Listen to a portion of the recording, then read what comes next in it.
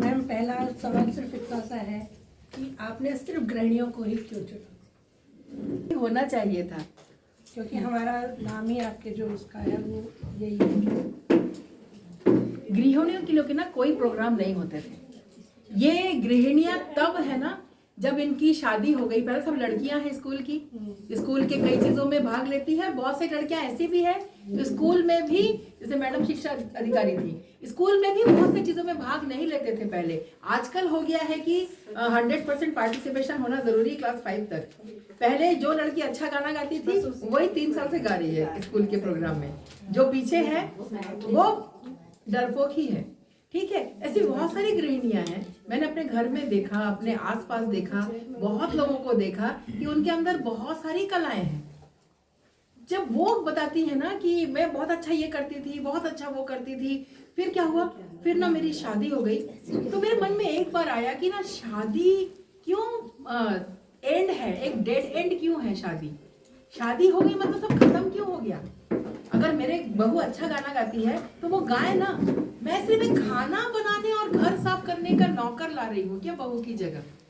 जो आज से 25-30 साल पहले जो शादियां होती थी ना, वो यही कि घर में माँ जी से अब घर के काम नहीं होते तो बेटे की शादी करवाओ जिससे घर में एक बाई मिले।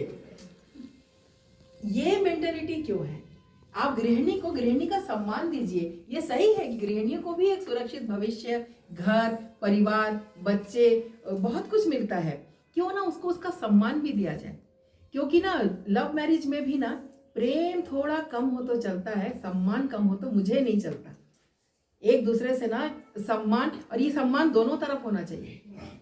ये आजकल के बच्चे जो एक दूसरे से तू तड़ाक से बात करते हैं ना, मैं पुराने जमाने की लग सकती हूँ, इसमें ना विवाहित जीवन का सम्मान गायब होता है एक दूसरे से ऐसे बात करने से।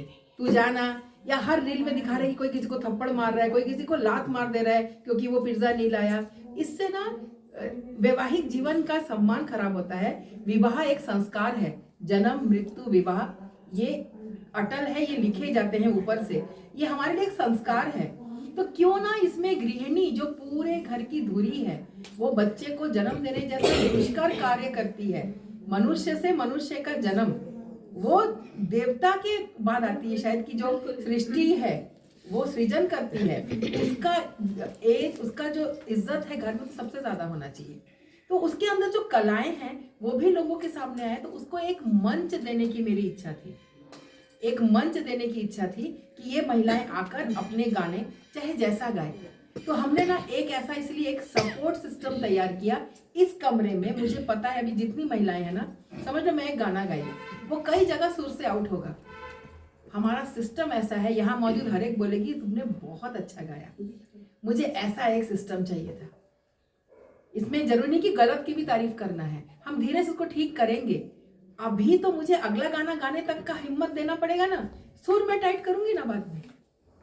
ऐसा सिस्टम चाहिए, वरना घरों में क्या होता है, पत्नी गा भी लेना, ये कब से गाना गाती है, अरे आता वाता कुछ नहीं है, तुम जाओ ना भाई चाय बना के लाओ ना।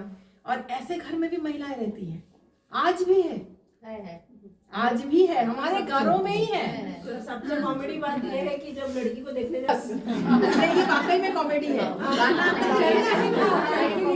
एक भजन में कभी काम नहीं आता। ये मेरी एक दीदी थी, था तानपुरा ले गई ससुराल, 3 मंजिल के फ्लैट पे था उसका ससुराल। उसकी सास ने एक दिन 3 मंजिल से वो तानपुरा नीचे फेंक दिया, कई टुकड़ों में बिखरा, कि ये कोई कोठा नहीं है कि तू सुबह शाम गाए। और मुझे आश्चर्य इस बात का नहीं है, मुझे आश्चर्य इस बात का है कि वो दीदी ने फिर 2 बच्चे भी पैदा किए, इस सास की बिस्तर पे भी सेवा करी, इसकी पूरी गृहस्थी चलाई।